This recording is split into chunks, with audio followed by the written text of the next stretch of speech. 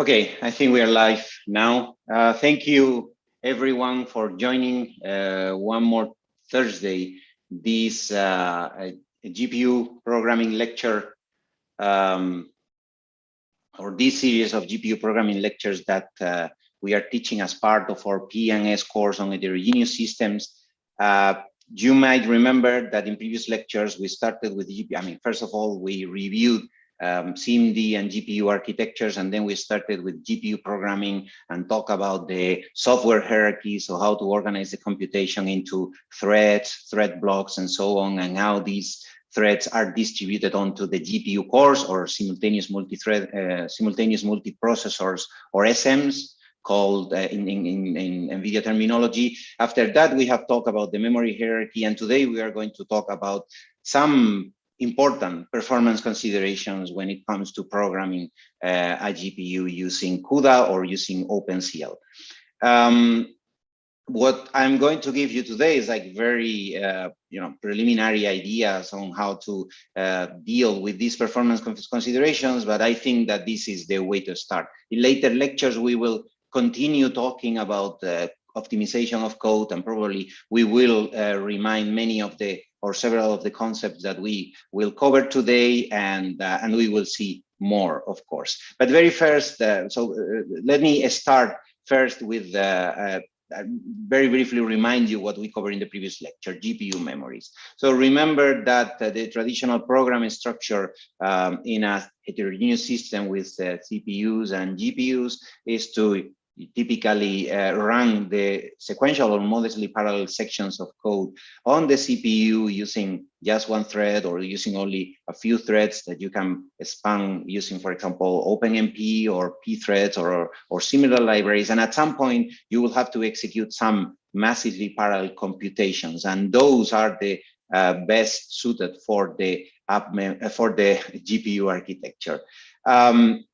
So to do that, what we have to do is launching a parallel kernel on the device, on the GPU. And the way of launching this parallel kernel is by using something like this. This is the syntax. In the syntax, we define what's the number of thread blocks that we want to launch is each of these squares that you see here in the middle, in this figure. And then we have a number of threads per blocks, which is the number of threads that we have here. Then at some point, the kernel will terminate. Recall that GPUs follow a bulk synchronous programming model. So what that means is that we have, from time to time, we need to use coarse grain synchronizations that stop the execution of the whole kernel on the GPU, because the kernel is done essentially. And at that point, we return the control to the host processor, to the CPU, and we may execute some more serial code or modestly parallel code here, and then eventually launch a new kernel, maybe the same kernel in a later iteration of the program, or a completely different kernel. So this is the typical program structure. You may remember as well this figure with the memory hierarchy in CUDA programs. Recall that the host has access to the device memory. This device memory is typically called global memory, and here we also place texture and surfaces and also constant data that can be accessed by the threads running one kernel. And then for each individual thread, we have access to a certain number of registers. Remember that in SIMD architectures and also in the GPU architecture, in each of the cores or in each of the SIMD engines, we have a relatively large register file, and this register file is partitioned into different parts, and each of these parts is assigned to the different threads that run on the same GPU core or in the same SIMD engine. Also, threads that are running together, threads that run on the same core because they belong to the same thread block, can access the same space of shared memory or scratchpad memory. Recall that this is a on-chip memory that is used kind of a scratchpad or software cache, and it's pretty useful first to take advantage of data reuse, avoiding the need to go to global memory very frequently, and also it can be used for the threads to share data and communicate in an efficient way. So we are going to talk again today about shared memory, and we will keep quickly a recap on how to use it. And this was one of the examples that we covered in the previous lecture. Remember matrix multiplication. So typically in matrix multiplication, what we do is computing a matrix, an output matrix C, and the way that we do that is by multiplying matrices A and B. And this means that to calculate each of the individual elements of the matrix C, we have to read a whole row of A and a whole column of B. And in order to do this in an efficient way, we talk about one widely used technique that is called tiling or blocking, that consists of dividing the matrices A, B, and C into tiles or blocks, typically in this case two-dimensional tiles, because the data structures are two-dimensional as well. Meaning the matrices A, B, and C are two-dimensional as well. So what we will normally do in tiling is loading these tiles into a faster memory, for example, the scratchpad memory of the GPU, the shared memory, or the cache memory in a CPU processor. And this way we can have faster access to the data, right? So that's essentially the idea of the tile computation or the tile matrix multiplication in this particular case.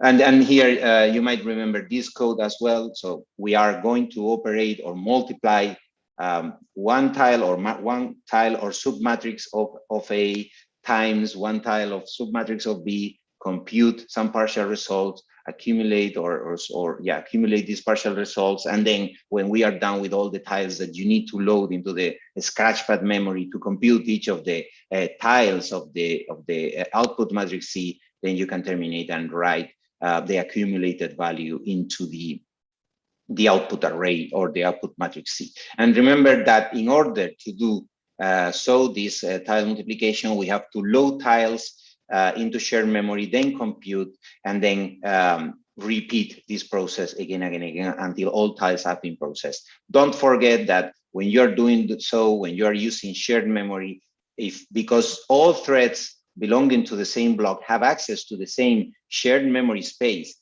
but at the same time, these threads are organized into warps, and these warps are executed in different cycles. We need to synchronize all threads and all warps of the thread block at some point, right? Essentially, we have to synchronize when we want to make sure that the tiles have been loaded into shared memory. So we'll have to synchronize here, then compute using the tiles, and then synchronize again to make sure that all threads and all warps already use the data that is stored in the shared memory. Okay, so this is, this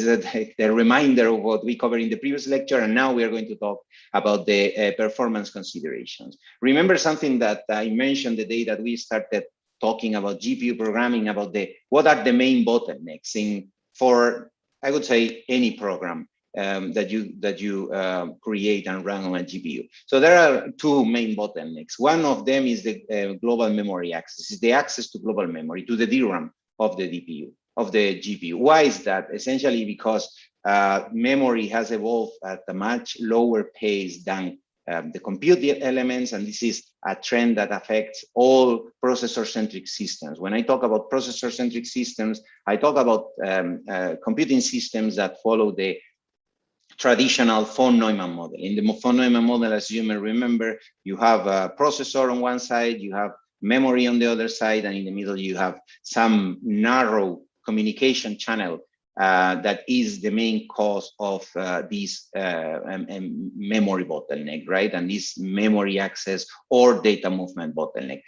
So even though current GPUs, most recent GPUs already use high bandwidth memories like HBM2 or HBM2E, that's not enough because the hardware, the compute units keep being developed at a much faster pace and can run at a much faster frequency than the access to memory. So this is still a problem, and this is why it's so important, and it's what we are going to where we are going to spend most of the time of today's lecture in how to optimize the access to this global memory, because if it's already a main bottleneck, let's not make it even a worse bottleneck, right? And then the other important bottleneck in this particular case for discrete GPUs is the need to transfer data between the CPU and the GPU, right? We have to move data from the main memory of the CPU to the global memory of the GPU, and then the results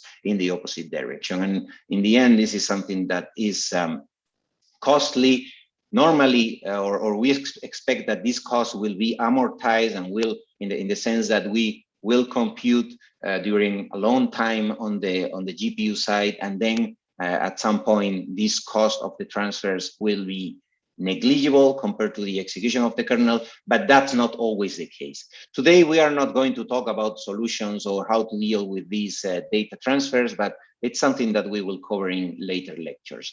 As I said, we are going to focus more on the access, on the memory access to the global memory. And to do so, we first will recap on the latency hiding mechanisms that GPUs have. And also we will talk about one important concept or metric that is called the occupancy, and you will see what this is about. Then we will define what's the most efficient way of accessing DRAM, of accessing the global memory. This is when we manage to access memory in a coalesced manner, as you will see. And then we are going to move again to shared memory, because remember, every time that we have data reuse, we can take advantage of techniques like tiling in shared memory or in registers. But using shared memory also has, let's say, certain difficulties. It's a banked memory, and same as any other banked memory, there might be bank conflicts. So we have to be careful with that. After we are done with the memory access, we will talk about another, probably another important performance consideration, which is the warp or SIMD utilization, which is related to the divergence that might be among threads running at the same time. Threads running in lockstep in the same warp might diverge, because remember that when we program GPUs, we are using a single program, multiple data programming style, which is very convenient from the programmer's perspective, but also you have to be careful because you may end up having too much divergence internal to the warp, and this would reduce the SIMD or warp utilization and definitely affect the performance of your program. We're going to see a very simple example today, and we will talk again about the divergence and about the warp utilization in later lectures. There are other considerations that we are not going to cover today. For example, the usage of arithmetic operations that are important and necessary in some workloads, especially when we want to have multiple concurrent threads updating the same values in memory. We will have to use atomic operations to avoid data races. And the problem with atomic operations is that they cause serialization. And that serialization is one way of, one fashion of divergence as well. And it might be even worse, right? Because if you have all threads of a warp updating the same value in memory, you will have all threads serialized one by one, executed one by one to update this variable in memory. And then, as I mentioned before, the data transfers, and we will talk in later lectures about how to deal with these transfers and at least alleviate their cost in some way. Okay, so let's start with the memory access before we talk about memory coalescing and how we have to access memory and so on. Let me remind you what's one of the key techniques or key paradigms that the GPUs are based on is the fine-grained multi-threading execution, which essentially consists of having multiple threads that can be scheduled at different cycles. And this way we enable a mechanism to hide long latency operations. That's let's say, the general definition of fine-grained multi-threading. In the case of GPUs, these threads are thread warps, so they are warps, and each of the warps is going to have its own context, their own registers, and most importantly, their own program counter. So all these warps that you see here available for scheduling, each of them has a program counter, and when the scheduler decides what's the next instruction to issue onto the pipeline and execute, has to check the specific program counter and then fetch the corresponding instruction.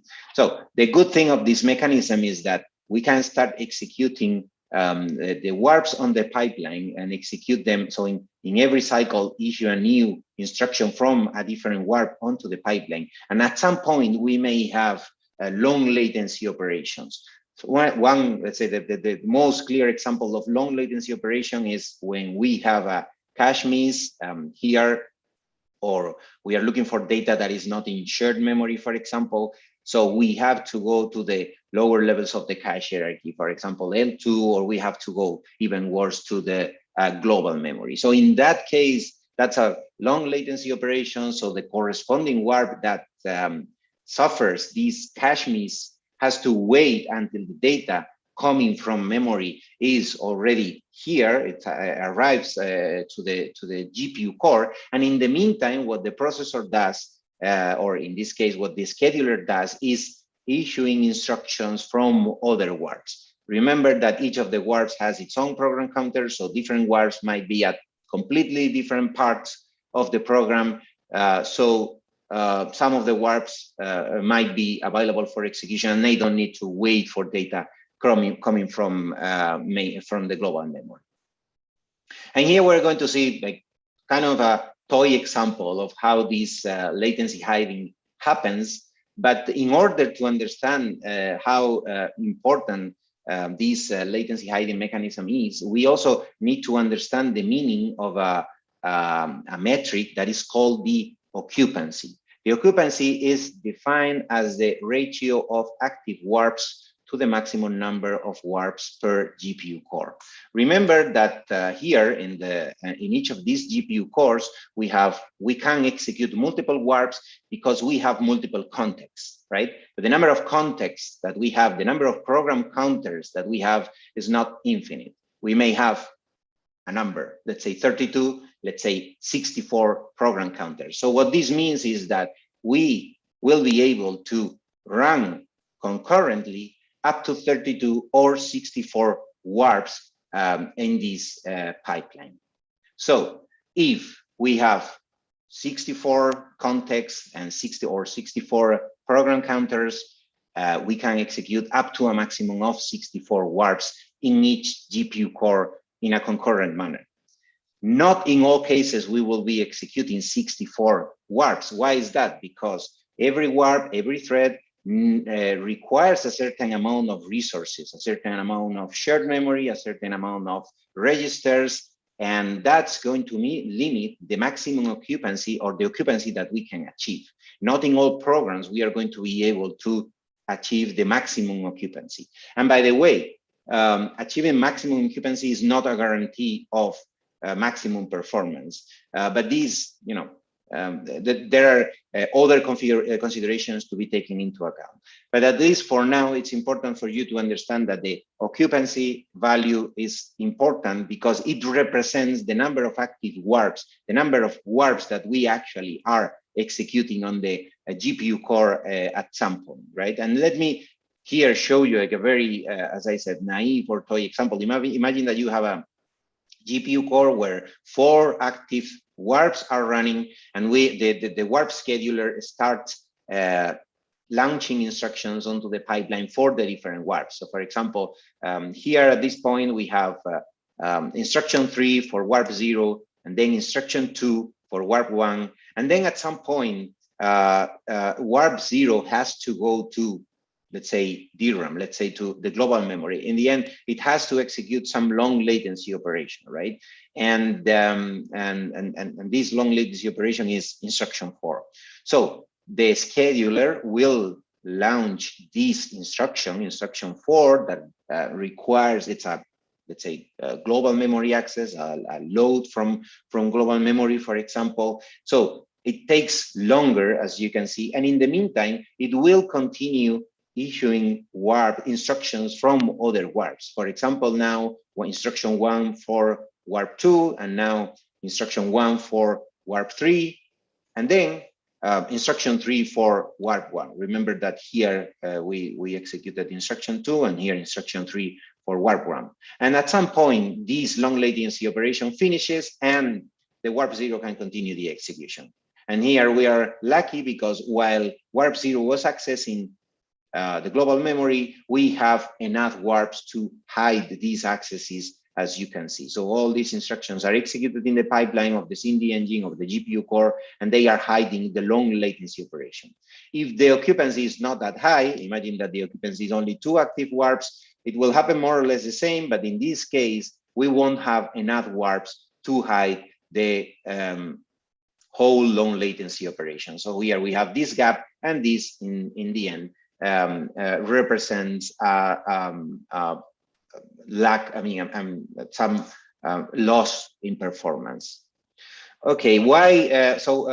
Occupancy is important, as I said, and it depends on the available resources. I already mentioned that we may have a maximum number of warps per GPU core or SM. I mentioned 64, and that's actually a typical value. This essentially consists of the number of hardware contexts that you have in the GPU core, and the hardware context includes the program counter and includes mask registers and so on. So this is a limitation. So the maximum number of warps that we can run on typical GPU architectures these days is 64 per SM. But there is also a maximum number of blocks per SM. Recall that when we create a kernel and we launch this kernel, we define the number of threads per block, and we define the number of blocks.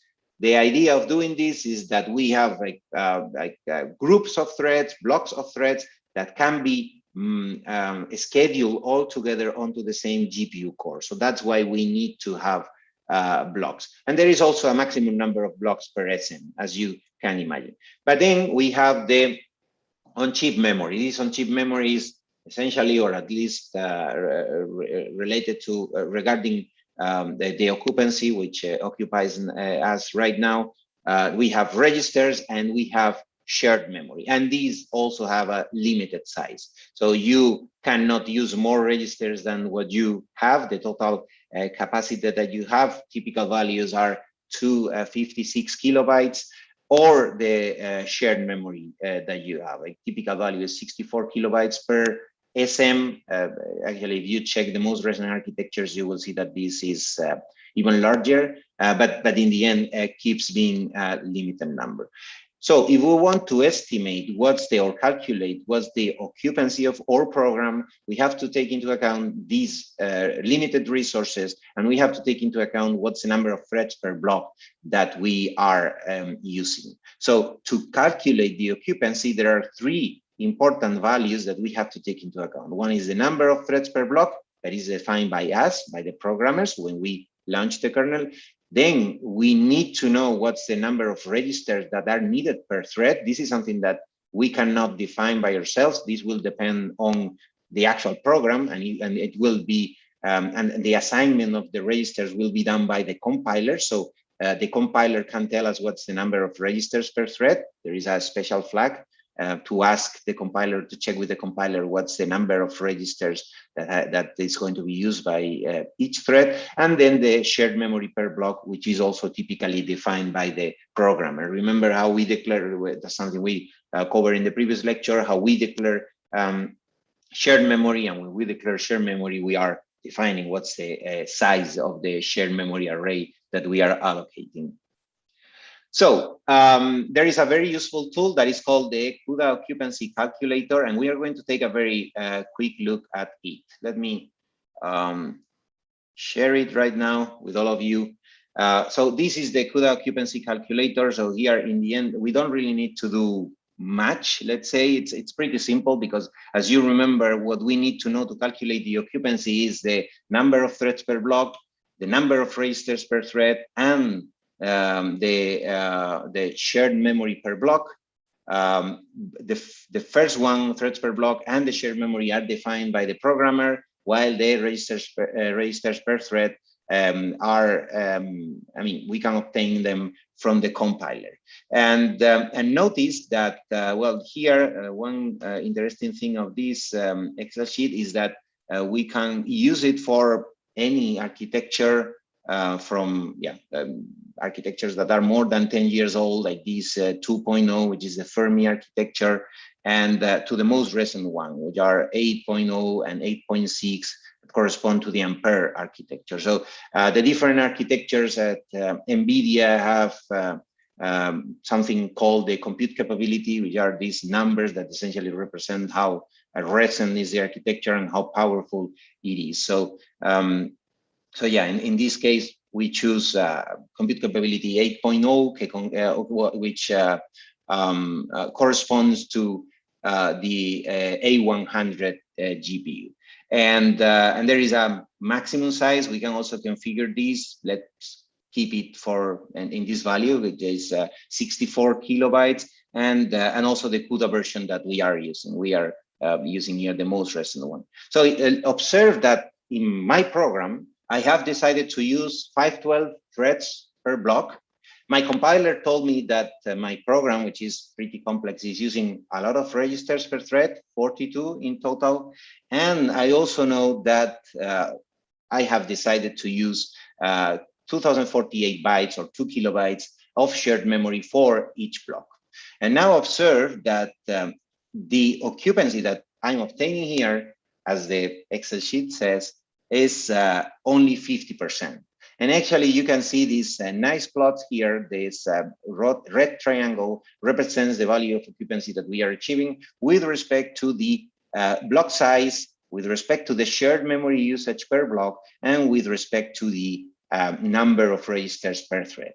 And this is, the plots are pretty useful because I can very easily see that I can change the number of thread per block and achieve higher occupancy, right? I could go, for example, and say, oh, look, if instead of using 512 threads per block, I use 640 threads per block, which is also a multiple of 32 with the warp size. So it's a value that makes sense. A typical value, let's say 640, I will be able to increase the occupancy by a little bit, right? So here I replace the 512 with this 640, and then I achieve a little bit more of occupancy, right? So we went from the 50% for 512 threads to the 63% that you can see right now on the screen. I could try to optimize my code in some way that, for example, I reduce the number of registers that I need to use. This would require some code modifications, but I may be able to do it, right? And there are some techniques to do so. So by doing so, I could reduce the number of registers per thread. So instead of using 42, as I'm using right now, I'm going to use, I would be able to reduce the number of registers per thread by 10 registers, let's say, and then need only 32 registers per thread. And in this case, I achieve significantly higher occupancy, in this case, 94%. So this is how you can calculate very easily the occupancy, and you can, let's say, take this as the first optimization that you can apply to your program. Check what's the occupancy and try to increase it by changing the number of threads per block, or trying to modify your code in a way that you use less registers or you use less shared memory. The spreadsheet is pretty useful, as I said, and also it's interesting because here you have this tab with GPU data that gives you the different parameters for the different architectures, starting from this compute capability 2.0 corresponding to the Fermi architecture from 2010 to the most recent 8.0 and 8.6. And here you can see what's the maximum number of threads per, what's the net thread number of threads per warp, what's the number of warps per SM, or the number of maximum number of threads per SM or thread blocks, or the shared memory that each of them has, etc., etc. So this is the CUDA occupancy calculator. You can let me go back to the slides. You can find this occupancy calculator in this link, and you can access it from the CUDA toolkit documentation. I don't know if there are any questions, guys. If there are any questions, don't hesitate to stop me and ask. Okay, now we know what's the occupancy and why it's important. Now we are going to talk about the memory access. Remember that the way that memory, the way that data is stored in memory is in a linear manner, right? So for example, we are storing a matrix, which is a two-dimensional organization, as this small matrix that we have here, we are storing it in memory row by row. And this is important when it comes to understanding this is important when it comes to optimizing the access to DRAM. And we are going to see why. But before explaining how to access this matrix in an efficient manner, I need to remind you, and probably most of you are familiar with this, but I need to remind you how the DRAM subsystem, the memory subsystem, is built, and what are its different components, and this way you will understand better why one particular type of access is more efficient or the other type of access is less efficient. So this is probably something that many of you know, if not everyone. The DRAM subsystem is organized into a kind of hierarchy that goes from the channel to the DIMM up to the row and the column and the DRAM cells. And if we go one by one over this hierarchy, we will see that the very first thing that we find is our processor, and our processor has some memory controllers that can handle the access to memory through some memory channels. And here in this particular figure, you have a processor with 2 memory channels, and inside each of the memory channels, we may have 1 or more DIMMs, which are each of these memory modules that you can find here.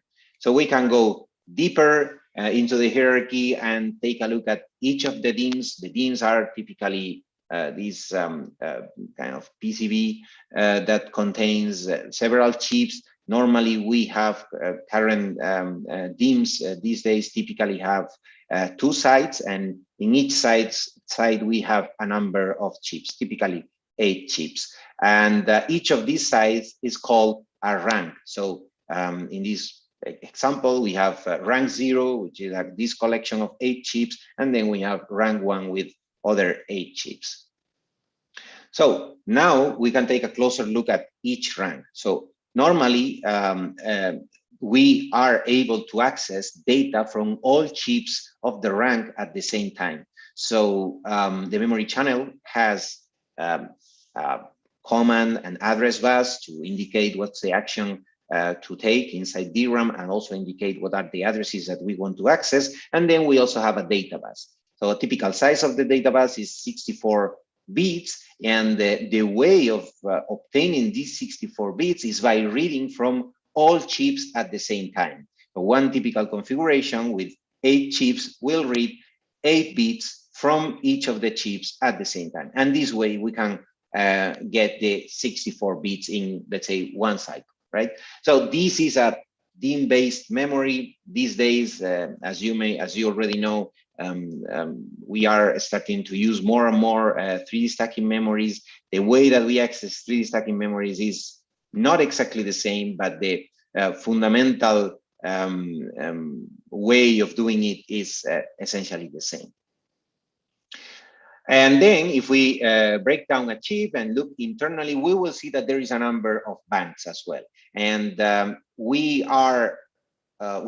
so good thing of having banks, as we will see, is that we can operate in parallel on the multiple banks, but we cannot read from each of the banks at the same time. We can read from each of the banks in consecutive cycles. But in the meantime, we are performing the access internally to the bank. We are going to see how. But essentially here, inside each chip, we will have some selector to determine what's the bank that we are accessing from, right? And the way of determining what's the bank is by using certain bits in the address that represent the bank. That will depend on how the addresses are encoded, but there will be some bits dedicated to identify what's the bank. We can take a closer look at the bank. Remember, on each DRAM module or in each rank, we have several chips. And if we look at the internals of the chips, we will have multiple DRAM banks, as these ones that you have on the slide. And then inside the banks, we have memory subarrays or DRAM subarrays that are two-dimensional arrays of DRAM cells. Each of these dots here represents one cell, and these cells are connected to each other in some way by using word lines and bit lines. We are going to see now how we use them. The bit lines, so at the end of the bit line, at the extreme of the bit line, we find sense amplifiers. And each of these all sense amplifiers conform what we call the row buffer. We are going to see how to use this. But first of all, let's take a closer look at the DRAM cell itself.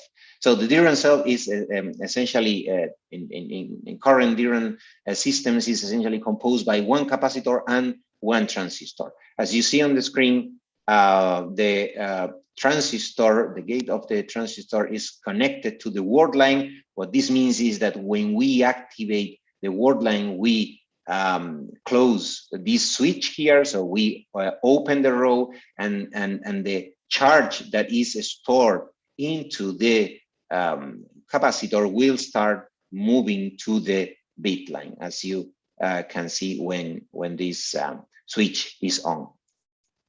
So this is our storage capacitor and our access transistor.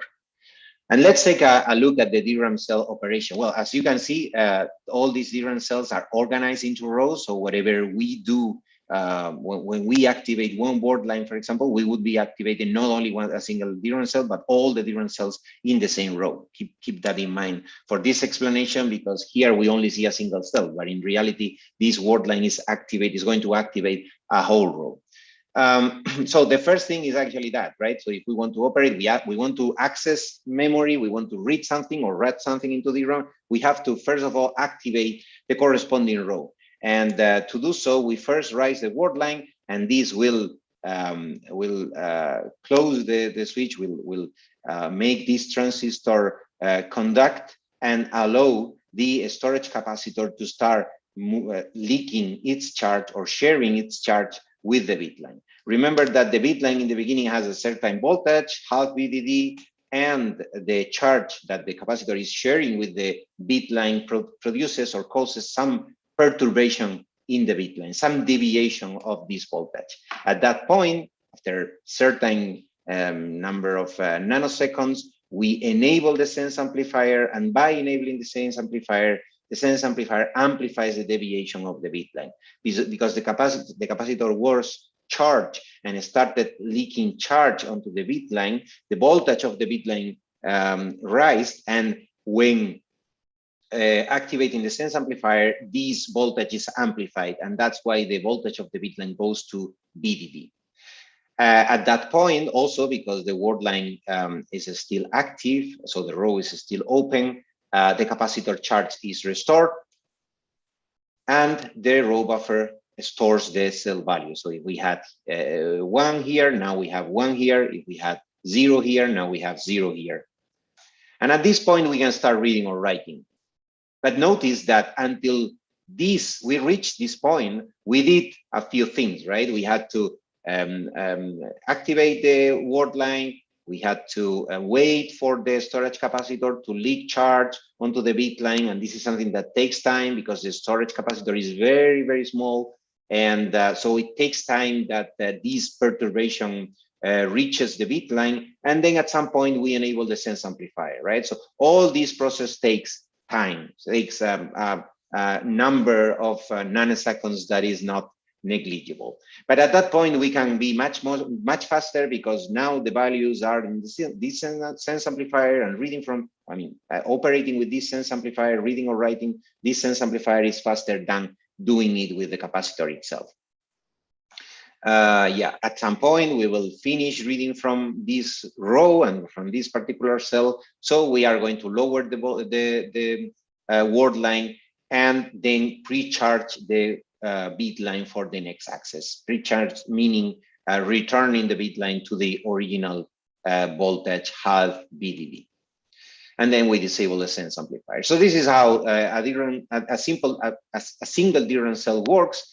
And if now we look at the operation and how the whole bank works, we will find something like this, right? Remember that the bank is composed by subarrays, and these subarrays have rows and columns of cells.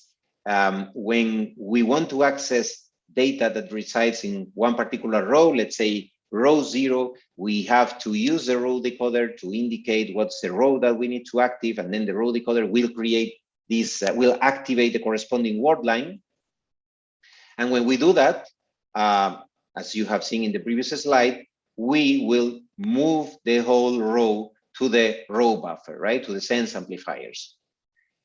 Then at that point, because now we have the data in the row buffer, we can start reading and writing. And to do so, we have to select the corresponding column, because we are not going to write or read the whole row buffer at once. Typically, the size of a row buffer is 2 kilobytes, 4 kilobytes, or something like that. And remember that the data bus that is connected, that connects memory with the processor is quite narrow, right? We talk about 64 bits in previous slides. So there's no way of transferring these 2 kilobytes at once. So that's why we are going to read column by column. And a column might be a number of bits. Let's say that the size of one column here is 1 byte. We are going to read byte by byte. So that's what we do right now, right? We are going to read column 0 or byte 0. So because the data is already in the row buffer, we just need to select the corresponding column and output the corresponding byte in this case. So now remember, the operation here is pretty slow. We have to activate the DRAM cells or the rows, and we need to wait until the row is in the row buffer. But at the point where we have the data in the row buffer, the operation here is going to be much faster. So essentially, accessing columns using this column multiplexer is going to be much faster than opening the rows, right? And this is why if we have, let's say, a later access to the same row, this access is going to, it's what we call a row buffer heap. And this access is going to be served pretty fast, as you can see. And then we want to access another column, another byte, in this case, 85, also another heap, because it's in row 0. So we can read it pretty quickly. But at some point, we will have to access data that resides in a different row, right? For example, row 1. So if that happens, because what we have in the row buffer is row 0 and not row 1, we have what we call a row buffer conflict. What does this mean? This means that we have to close the row, meaning we have to pre-charge row 0, and then we have to open row 1. And remember, this takes time because we have to activate the word line of row 1, and we have to wait for the capacitors to leak the charge onto the bit line, and then activate the sense amplifiers, and so on. And this is what we are doing here. Now, the row decoder selects row 1, and we, after several nanoseconds, we will have row 1 in the row buffer, and then we can start accessing bytes in this row 1. So essentially, what's the key takeaway of the previous slide? That accessing data that resides in the same row is fast. Accessing data that resides in, consecutive accesses to data that resides in the same row is fast. Consecutive accesses to data that resides in different rows is slow. And these are what we call the bursts. So when we talk about accessing data in different bursts, we mean different rows, because so the problem, as you see, is that we'll have to wait some time until the row is in the row buffer. At that point, we can access the corresponding column, the values, the bytes that we need. And then if the next access goes to a different row, we will have to pre-charge this row 0 and then open row 1 and wait for some time until we can really access the bytes from row 1. So that's slow, but if the accesses go, consecutive accesses go to the same row, let's say column 0 in row 0, column 1 in row 0, then this is much faster because it's just the multiplexer, the column multiplexers that we have seen in the previous slide, right? So accessing data in the same burst or in the same row is faster than accessing data in different bursts.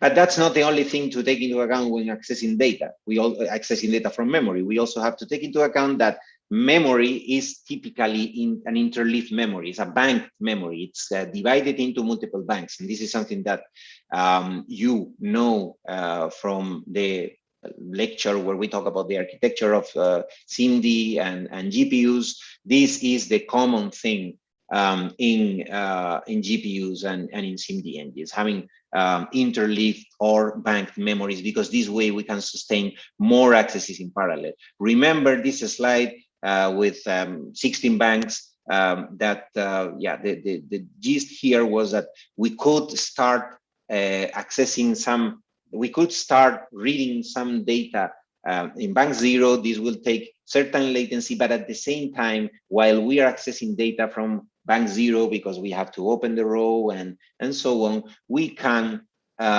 start also the execution in bank 1. We can also start loading data from bank 1, from bank 2, and so on. And then cycle after cycle, we will get data in this data bus that we can return to the host processor. So multiple banks, same as multiple channels, can allow us to increase the bandwidth of access of our program. So multiple banks enable concurrent DRAM accesses.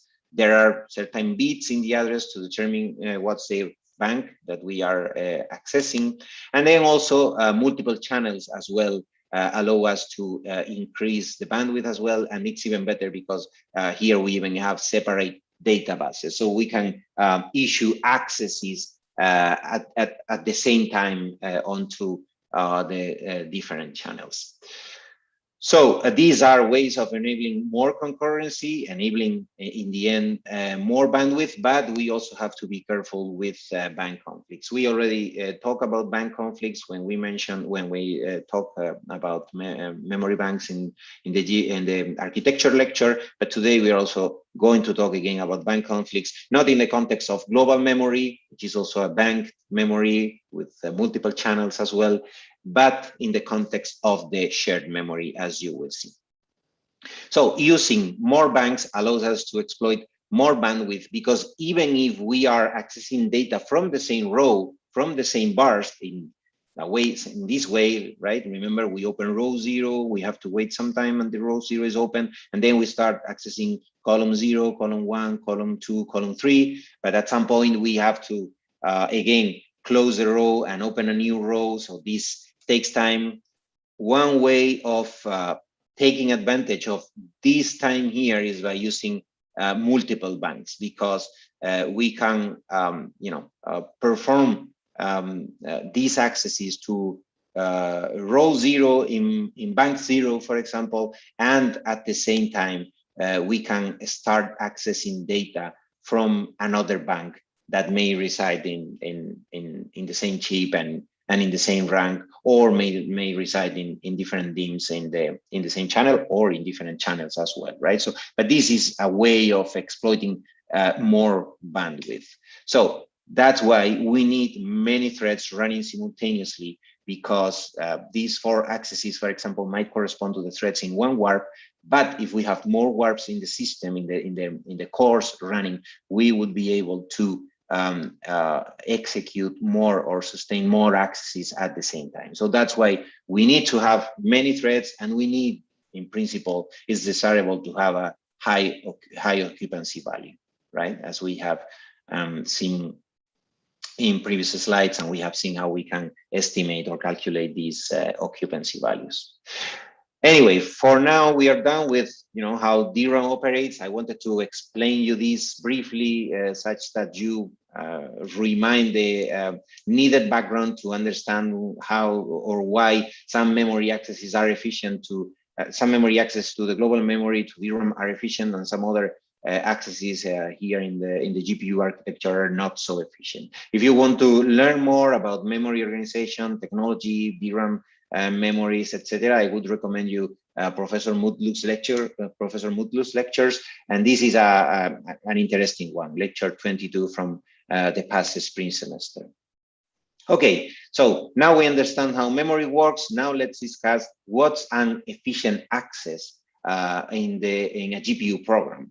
So an efficient access in a GPU program is when threads in the same warp access consecutive memory locations. When threads in the same warp access memory locations that reside in the same bars or in the same row. Why is that? Because we just need to open the row, and also even if these accesses are at consecutive memory locations, we may be able to, move the whole data, all the data that the threads in the warp need in a single DRAM transaction.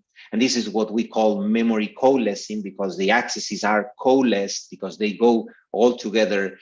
So the threads go, let's say, all together to DRAM to grab the data from DRAM at the same time in a single memory transaction. While if threads in the same warp are accessing data that is not in the same burst, then multiple transactions from DRAM are needed, and this will take longer, right? So if you, instead of using one transaction, you need two transactions, the latency is going to be twice as high, right? And we already know that accessing DRAM is pretty slow, the latency is pretty high. Pretty high is like several hundred of cycles. So imagine if you are require more than one DRAM transaction. So the warp will have to wait longer for the data to come from memory. And this memory uncoalescing is what we also sometimes call memory divergence. So in summary, when accessing global memory, we want to make sure that concurrent threads belonging to the same warp access nearby memory locations, and the peak bandwidth is achieved in those cases. Actually, we can say that the peak bandwidth is achieved when all threads in the warp access one cache line or several consecutive cache lines. That will depend on what's the amount of data that each thread is accessing, and it depends also on the number of threads per warp and the size of the cache lines, right? So if, so for example, a typical configuration is 32 threads per warp, and now imagine that each of the threads needs to read a 4-byte element, integer or a single precision floating point value, just 4 bytes. So 4 times 32 is 128, and 128 is a typical cache line size of the L1 of the GPU SM or the GPU core. So that's why we are saying here one cache line. But if instead of accessing 4 bytes, each of the threads needs to read or write 8 bytes because it's operating, for example, in double precision, then it won't be one cache line, right? It will be 2 cache lines. So just wanted to clarify that. Some of the accesses will be not coalesced, other accesses will be coalesced. Let's see a clear example of what we mean by a non or an uncoalesced access to global memory. Imagine that we have only 2 warps. Warp 1 is going, only 2 threads. Thread 1 is going to read this whole row. Thread 2 reads this row, and we do it in this way, right? Iteration by iteration. Thread 1 reads here, then here, then here, and so on. And thread 2 reads here, here, here, and so on. And now remember, the way that this 2-dimensional structure is stored in memory is row by row, in a linear manner, row by row. What that means is that when thread 1 accesses this value here, and thread 2 accesses this value here, there is a lot of distance between the 2 accesses, right? The distance between the accesses is what we call the stride. And because this stride is long, for sure, these threads are reading data that belongs to different cache lines and might even belong to different rows. So in DRAM. So that's why we will likely need 2 memory transactions, 2 DRAM transactions when reading this value and this value. However, if the threads are accessing this way, so here thread 1 and here thread 2, thread 1 would be reading here, thread 2 will be reading here in the first iteration, and then in the next iteration, they both are reading here in the same row, and then in the next iteration, they both are reading here in the same row. And what this means is that these values are adjacent or are nearby to each other, are neighboring values, and they can likely be served in a single DRAM transaction, right? And this way we have a coalesced access and we can achieve peak bandwidth. And here we are going to see the example in a little bit more detail. Remember, in an uncoalesced access, we have threads accessing by row. So for example, thread 0 here, thread 1 accesses the red row, thread 2 accesses the blue row, and so on. So, yeah, instead of the thread 0, thread 1, we start counting from 1. So this is thread 1, thread 2, thread 3. So in the first iteration or the first time period, T1 accesses this value, T2 accesses this value. And the problem is that these two values or these four values that are accessed in the first time period are likely in different bars. So we may end up needing 4 DRAM transactions in this case. And when we go to the next iteration, meaning the next element of the row, it will happen again the same. If we instead have coalesced memory accesses, in this example, thread 1 is going to read this column, thread 2 is going to read this column, thread 3 read this column, and so on. We will have, in the first time period, all 4 threads accessing consecutive memory locations. So likely these memory locations will belong to the same bars, to the same cache line, and we are maximizing the bandwidth exploitation. And this takes us to one interesting discussion here is how do we have to organize data in memory? There are different ways of doing that, right? And these are like the two paradigms are what we call the array of structures or the structure of arrays. Notice that the values that we have in these two arrays are exactly the same. There are different types of values like the blue ones, green ones, and yellow ones. And some of them will be float and others will be integers and so on. And we have different ways of organizing this data.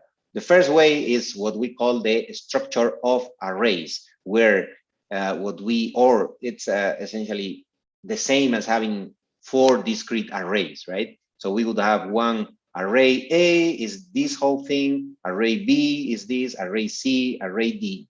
That's one way of arranging the data in memory. Another way is interleaving values coming from different arrays. So this is A0, this is A1, this is A2, and this is V0, this is B1, this is B2, and so on, right? We have these two alternatives. We could have many more, right? We actually can combine these two in some hybrid manner. And this is interestingly something that this paper already explored a few years ago and found a different layout that was even more efficient than these two on GPUs.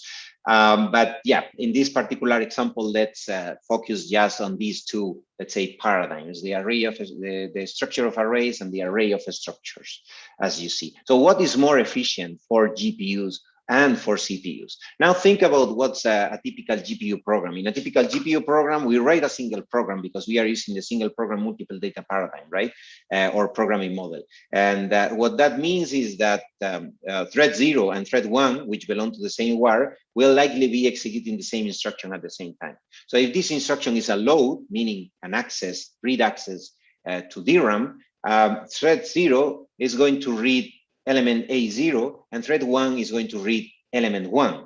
And when this happens, thread 0 would be accessing this value, thread 1 would be accessing this value. And these are consecutive memory locations, as you can see. If we are using instead an array of structures, thread 0 will be accessing here, and thread 1 would be accessing here. So there is a distance between the two values that are being accessed concurrently. There is a stride, right? And this stride is not beneficial for the access to memory in GPUs, as we have discussed before. So in principle, a structure of arrays is a more efficient way of organizing the data in memory rather than the array of structures for the GPUs, right? So GPUs in principle prefer array of structures. And I can even show you some performance results. This is an experiment I ran a few years ago on an AMD Kaveri, which is an integrated heterogeneous system that has CPU and GPU on the same chip, and they both have access to the same DRAM memory. In the case, and here this a simple experiment where we measured the bandwidth or the throughput from memory when increasing the stride between consecutive accesses, meaning consecutive accesses from consecutive threads, right? So thread 0 here, thread 1 here. And now the distance between the accesses of these two threads is what we call the stride. If the stride is 1, this means that thread 0 accesses A0 and thread 1 accesses A1. So that's the way that we can maximize the bandwidth. If we now start increasing the stride between these two accesses, for example, thread 0 accesses A0 and thread 1 accesses A2, the stride is 2. And notice how the bandwidth goes down very quickly. And it's even worse when we increase the stride even more. So this type of access would be similar to accessing, and so this type of access with a stride longer than 1 would be similar to accessing an array of structures, right? As we have seen in the previous slide. However, if we perform the same accesses from a CPU using different number of threads, like 1, 2, or 4 CPU threads, we notice that the trend is not the same, right? Why is that? Because imagine that we have a single CPU thread. You have a single CPU thread accessing here, and then the thread we have to access here. But the good thing is that the memory hierarchy of the CPU works with cache lines. And whenever we access these blue A0, we are bringing to the hierarchy, to the cache hierarchy, the whole cache line. So the next values are likely in the same cache line. And because this is a sequential execution, after accessing A, the thread will have to access B, and then access C, and then access D. And because this happens, the thread is hitting in the cache, because we already had a cache miss when we accessed A0, but then the next values are already in the cache line, right? Are already in the cache. So that's why the access is more efficient. So in principle, CPUs prefer array of structure, while GPUs prefer a structure of arrays. So, but still, not in all cases we are going to be able to. Not in all cases we are going to be able to change our code in a way that we can ensure that we have coalesced memory accesses, right? So in some cases, we will access the matrix this way, so we can have consecutive threads accessing consecutive values in the same row. But in some other cases, we have no way of changing our program, or we are not so good programmers, let's say, to change our program in a way that we can ensure the coalesced accesses. But here is where the tiles, where using shared memory can help. Why is that? Because in shared memory, we don't have to worry about coalescing that much. So what we do, and remember that this is what we explained in the previous lecture, we divide the matrices into tiles, and then we copy these tiles, or we move these tiles to the sketchpad memory. And now we can perform the accesses in the same way. So we access matrix M, let's say horizontally, right? Each thread is reading element by element of the same row. And then the matrix N, we are accessing it vertically. So we can do the same accesses in shared memory and then perform whatever operation we have, like for example, a multiplication. Good thing is that here we can have two threads, let's say thread 0 and thread 1, accessing this data in shared memory, and no longer have to worry about memory coalescing, because this is already in the on-chip memory, which is much faster than going to DRAM. Still, there will be some things to consider here. Let me explain you what I mean. We were talking about tiling, right? So the idea of using tiling is taking advantage of data reuse. Remember, in our previous lecture, we talk about this simple example where we apply a Gaussian filter to an image. And the, the thing is that we detected that there is some data reuse here, because the thread that is assigned to this pixel and the thread that is assigned to this pixel share many pixels that they both, or share several pixels that they both need to access. So that's why it's good to divide the, in this case, the image into tiles and load these tiles into the shared memory, right? You remember that. So, but shared memory is an interleaved or bank memory. And in principle, each bank can service one address per cycle. That's what we reminded a few slides ago. Typically in NVIDIA GPUs, this shared memory has 32 banks. What this means is that the way that words, in this case 34-byte or 32-bit words, are assigned to the successive banks is with this expression. So given an address, the corresponding bus is the address modulo 32. And now the problem is that there might be bank conflicts, right? So if we have two threads in the same warp, and this is only, so a bank conflict is only possible within a warp because are only the threads of the same warp that access memory together and do everything together because they are executed in lockstep.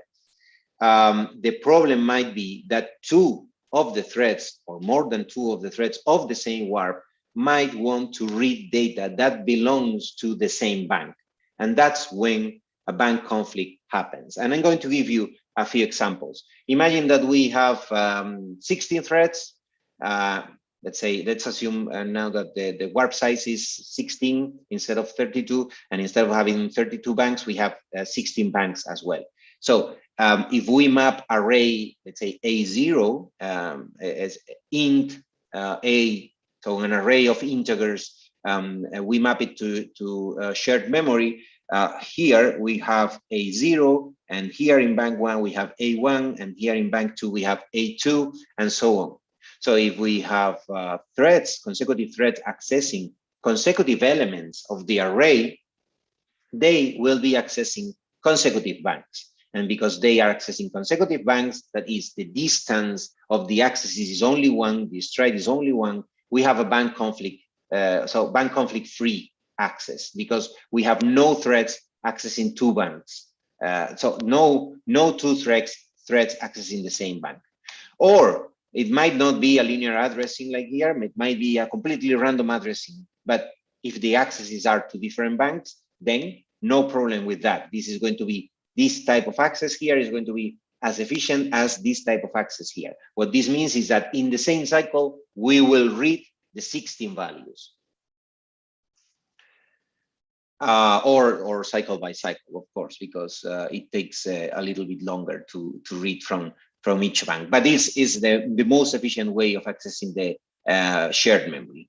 However, in some other cases, we may have bank conflicts. For example, with a two-way bank conflict when the stride between consecutive accesses from consecutive threads is 2.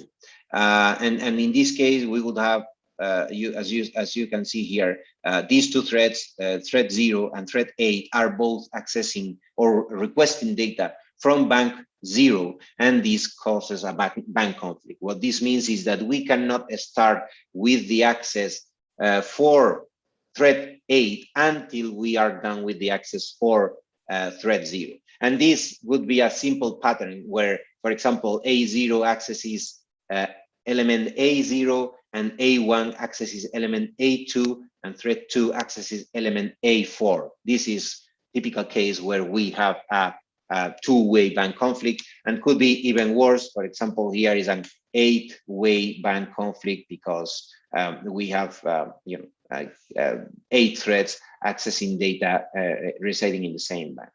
And this might also happen to us when we are using tiling as well. I told you a good thing of using tiling and accessing data from shared memory is that we don't have to worry about coalescing. The problem is that we may end up having bank conflicts. Now, remember, the number of banks in the shared memory of current GPUs is 32. So now imagine that the size or the width of this tile is also 32. What this would mean is that when we have thread 0 accessing this element and thread one accessing this other element, because the size, the width of this tile is 32, this element here goes to bank 0, bank 1, bank 2, bank 3, bank 4, until bank 31, but all elements in the same column of the tile are in the same bank. So we are going to have bank conflicts, and this will also affect the bandwidth and the latency of access to the shared memory. So it's an important performance consideration and something to keep in mind. We already talked in the GPU architecture lecture about some ways of reducing bank conflicts. Simple ways, putting more banks. Of course, if you put more banks, then you reduce the number of bank conflicts. But if not, you can use some optimization techniques. Padding is a typical way of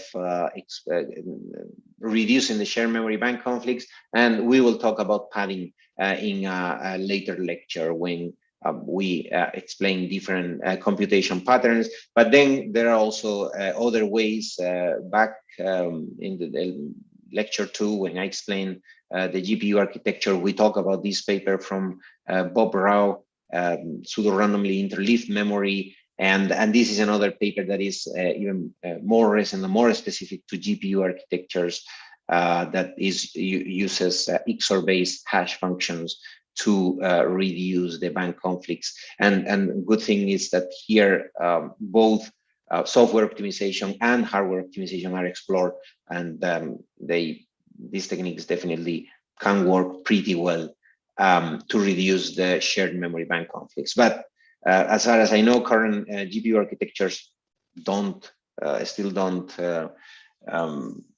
implement any of these techniques. So it's important to still be able to pay attention to avoiding possible bank conflicts in shared memory. Okay, I'm done with the memory access for now. I'm going to very briefly talk about the SIMD utilization, and then we'll be done with this lecture that is taking a little bit longer than what I had planned to. But yeah, we will go very quickly over the SIMD utilization because it's something that we are going to discuss in later lectures as well, probably in the next lecture. So remember, when we talk about the SIMD architectures and the GPU architectures, we said that one good thing of the SPND programming model is that we can treat all threads independently in a way that they can, all of them, even if they belong to the same warp, execute different control flow paths. The problem with that is that this causes what we call branch divergence, or we also call it in GPUs intra-warp divergence. And what this means is that we are reducing the number of threads that are active when executing one path or the other path. And this essentially reduces the performance of our programs, because we need to use twice the number, in this particular example, use twice the number of cycles to execute both paths, right? And these would be much faster if all threads go through the same path. And one thing that we are going to very quickly discuss today is how to optimize our codes, or some potential ways of optimizing our codes to get rid of this divergence and make the execution more efficient. I'm going to show you first an example with intra-warp divergence or branch divergence. Is this simple code where I want, so first, our program, notice that this is a very simple code, right? So it's more like a pseudo code where I want to explain the idea. So we have some computation in the beginning of the kernel, and at some point we have this if-else statement, and we want even number threads to do this and odd number threads to do that, right? So the problem that we have here is that after this part, this compute part where all threads run together, we have this if-else. And in the if-else, the problem is that half of the threads are active in the if path during do this, and then the other half of the threads will be active when doing the do that. So problem here is that the SIMD utilization is half, in this particular case, is half of the maximum. So we are like burdening the performance of our program. In a divergence-free execution, what we do is changing the way that we assign the computation to the threads such that we can have consecutive threads working together in the if part of the if-else statement. And then for the else part or the else path, we have the other half of the threads, but all of them are consecutive and they run together and they belong to the same warp. And this is relatively simple change in our program, where the only thing that we have to do is changing the way that we index the data that we access from memory and the way that we carry out the execution on the GPU core. Let me give you a more clear example is this vector reduction. In vector reduction, as you know, what we do is adding all the elements that belong to the same vector. We could do this sequentially, right? If we were executing this on a serial CPU, we would first add A0 plus A1 plus A2 plus A3 plus A4 and so on. But here, because the GPU is a parallel machine, we want to exploit this available hardware parallelism, and to do so, what we do is distributing the computation across the threads that we have in the system. So one possible way of mapping this computation onto a number of threads is doing something like this. We are going to assign thread 0 to add elements A0 and A1, and thread 2 to add elements A2 and A3, and so on. And iteration by iteration, half of the threads retire because it's a tree-based reduction, and in each iteration we use half of the threads as in the previous iteration, as you can see, and finally we obtain the result. And now what's the problem here? The problem here is that all these threads belong to the same warp. And notice that already from the beginning, we have some of the threads that are completely idle, not doing anything. In this case, thread 1, thread 3, the odd number threads, right? So what's the problem here? We are reducing the efficiency or the utilization of our SIMD units. And this affects the performance, as I said. This is the program with low SIMD utilization, where we just simply say, okay, let's assign the even number threads to the computation, and iteration after iteration of this for loop here, we retire half of the threads, and we only have a number of threads performing these partial sums, right? That's not efficient at all, right? Because there is a divergence, and we are reducing the utilization. A smarter way of doing this computation, and also taking advantage of the characteristics of this particular computation. Here we are doing a reduction, and in the reduction we are adding all the elements in the array. And addition has two important properties. Addition is commutative and is associative. And what that means is that we can obtain the same result regardless of the order in which we perform the additions, right? So that's why we can execute this reduction in a different way. And instead of using only even numbered threads, we can use consecutive threads, like in this particular picture, from thread 0 to thread 15. And the way that we assign the computation is by telling thread 0, oh, you are going to add element 0 and element 16, and telling thread 1, you are going to add element 1 and element 17, and so on. Of course, in the next iteration, because this is a tree-based reduction, half of the threads will retire. But the good thing is that the remaining threads keep belonging to the same warp.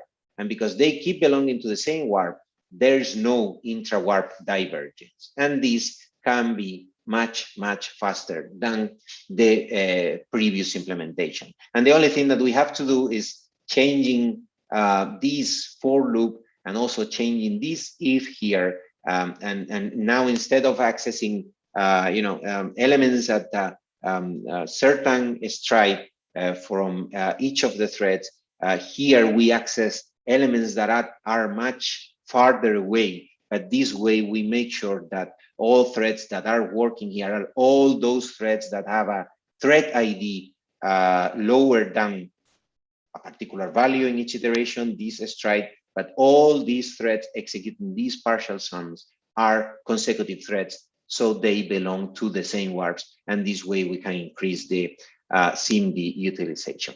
As I said, we are going to talk again about this particular example of the vector reduction in a later lecture, so that's why I cover it pretty quickly, but I wanted to also introduce it today because it's one of the most important performance considerations when programming a GPU kernel. If you want to learn more about this lecture, I would recommend you chapter 5 in the Programming Massively Parallel Processors book. And this is all for today. I don't know, guys, if you have any questions here in Zoom. I don't see any questions. I don't see any questions related to what I explained. I see some, well, I see some questions related to what I explained, but we already answered that related to memory. So lectures about memory. So if you are interested, you can you can find more links to memory organization and memory hierarchy lectures in the chat in YouTube right now. If there are no other questions, guys, I'm going to stop the live stream now. Thank you very much.